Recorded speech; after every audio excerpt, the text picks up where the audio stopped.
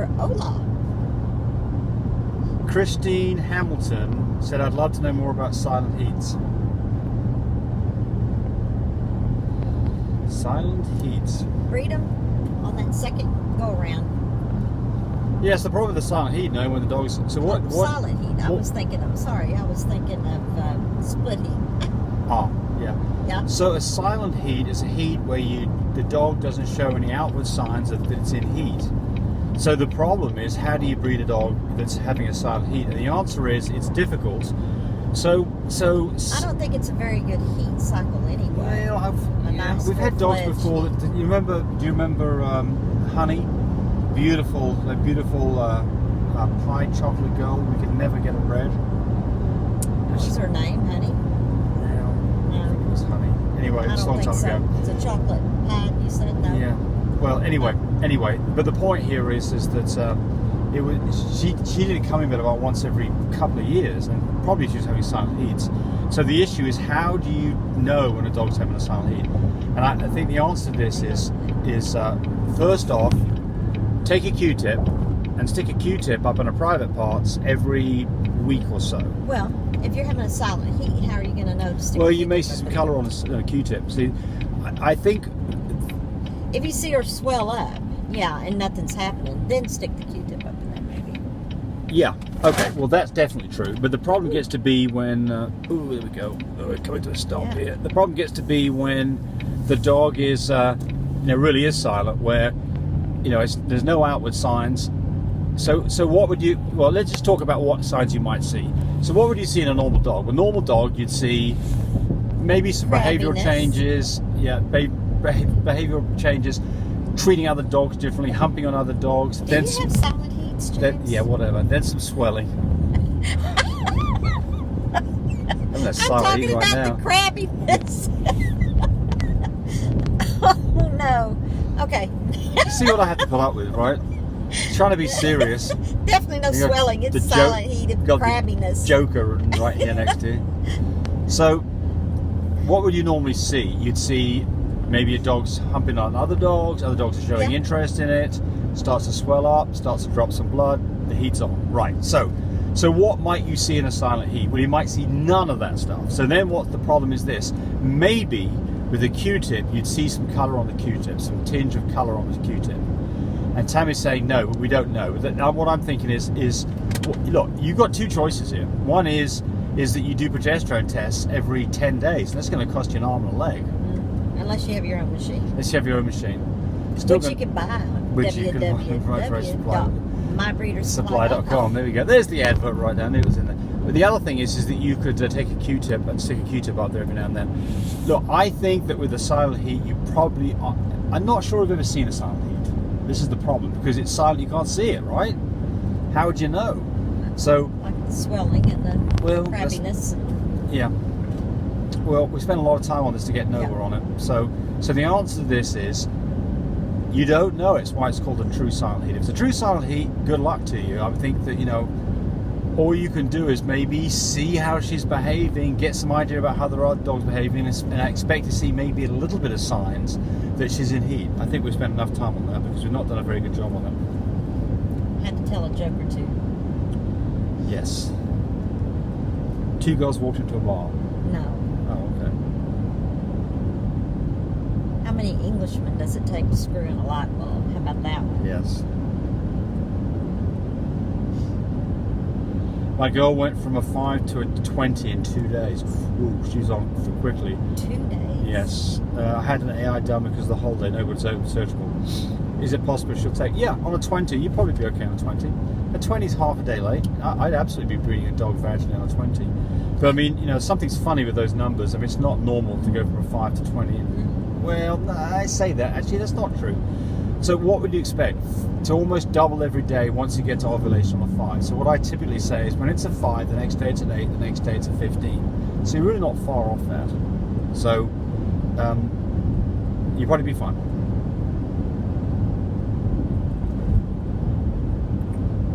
What temperature should the incubator be set to? Well, our incubator should be set to 38 centigrade or about 100 degrees Fahrenheit.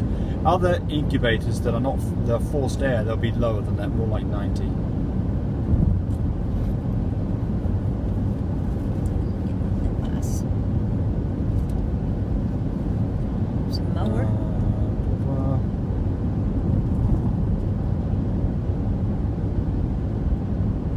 them something, Tammy. Tell them a joke. I'm waving at my neighbors mowing. Tell a joke? Somebody says, how can you contact me? If you look down below, you'll see phone numbers down there. On our websites. Love my pups and my breeder supplies. Crafty, I think I may have asked this one the last time. Crafty Teen, because I remember that name, says, wondering how often you deworm. I think I did answer that. You worm on 2, 4, 6, 8 every 2 weeks. Start with Nemex 2 on 2 and 4 weeks, then go to Safeguard every 2 weeks after that. 6, 8, 10 weeks. Is there such Of course, thing we as... don't let our babies go till they're 10 weeks old. I have answered some of these. I'm getting repetitive here. Let's go forward a bit.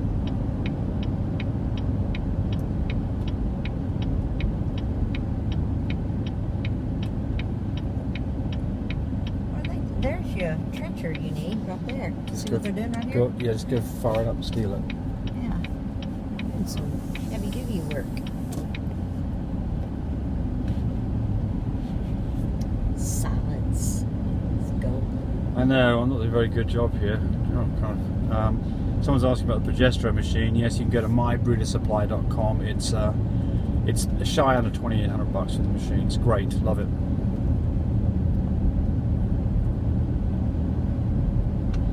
So somebody's asking about why we AI and why don't we just let the dogs do it naturally? Because French bulldogs have a hard time doing it naturally, and typically they don't get the job done. They just get all knackered out in the process of trying it. Yeah, if you're using somebody else's male or somebody else's female on your male, and they don't have a brucellosis check done, diseases. That's another reason.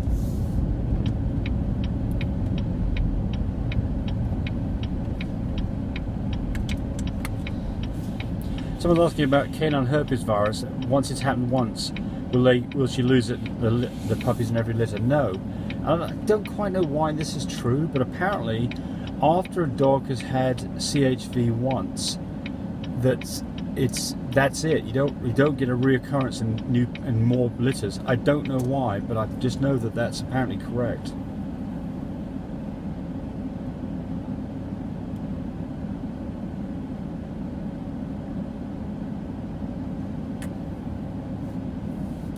I've got a pregnant dog, pug, that should be going into labour in 3 weeks. I've got everything I need for the newborn puppies, but I don't know what to do with the umbilical cord.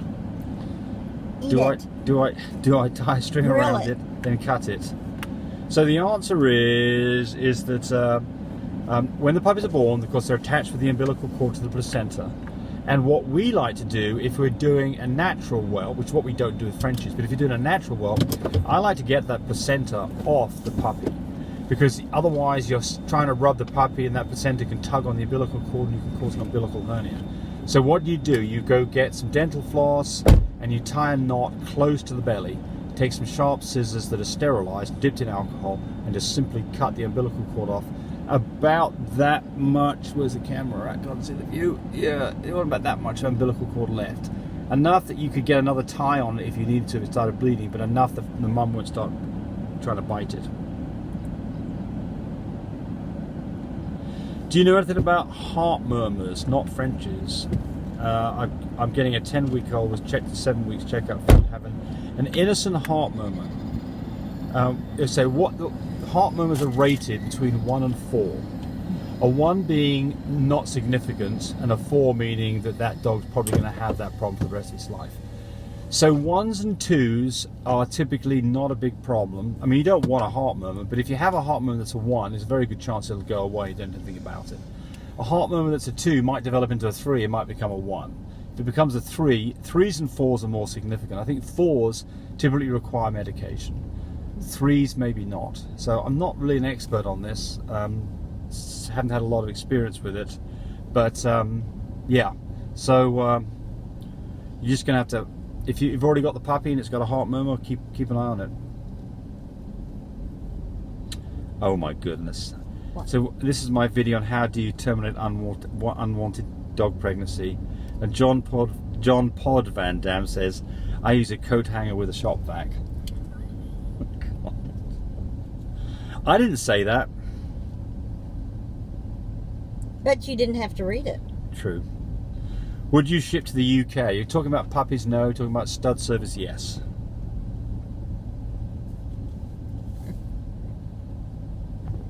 How many days would you give penicillin? Well, the answer is any antibiotic needs to be run as a course. You don't just give antibiotics willy-nilly, and you don't just give them for a few days. You always give antibiotics to a dog that has a bacterial infection. It's no good for viruses. In fact, if you give a dog or a human being just give an antibiotic because you think that's a good thing to do, you're probably making a mistake. Because a virus cannot be treated with an antibiotic. And what antibiotics do is they can wipe out the good flora and fauna that's inside a dog's gut. So the answer is, when you do need an antibiotic, and if you're not sure, go get your vet to tell you. You give it for typically 8 to 10 days. You do a course. And now we're in the garage, and so we're going to do one more and we're done. Shante Dyer says, Chanel, you are so beautiful. You are so much like your mum. Good thing. Oh, what that's about me? nice. I'll make sure I tell Chanel that. She's a pretty girl. She is. She's pretty on the inside too. I have another daughter, Chelsea. She's pretty too. Somebody's and asking. My son is good looking. So he is. Oh, he's could be pretty too. Somebody's asking Terence. You're in one of those moods today, aren't you? Terence Jameson. She had a margarita for lunch. That's why she's driving too. Shouldn't say that. Oh, I walked around. I know for a we while did. before. We did. Yeah, I drove. Yeah. Yeah. Terence Jameson. When will you do part 2 of this video? That's one we showed you what was supposed to be 5 of our 22 French Bulldogs. This week coming up, hopefully Cody and I are going to troop every single stud dog we have in front of you guys and show each one off with all of what their attributes are, so that you can see the pretty dogs that we have and what they can produce. So that is a goal to happen very soon. And my new full visual fluffy platinum little boy that's too young right now, up and coming little stud, his name is Love My Buble. I have to find some music to play Buble, Michael Bublé's music, and that's his new name. And then my new girl that I got, the lilac and tan merle from Hunter, her name, and she carries testable, her name is Love My Deja Vu, and I call her Dej. Someone's asking here, how often do you get Harlequins? Not very often. Not very often. They're pretty rare. Yeah, right. Really and truly. So we talk about merles here. Merles come in different patterns. You Tweed and Harlequin. Well, you get a straight merle, which is blotched the one colour on a grey on a grey background. I'm talking about merles, fawn merles. Not a fan. I mean, well, they're pretty in their own way, but I like, for my own eye appeal, I like more vivid colors like the chocolate and tans, the blue and tans, and the lilac and tans. You like them really splashed up. Yeah. Like a paint horse, right? Fancy.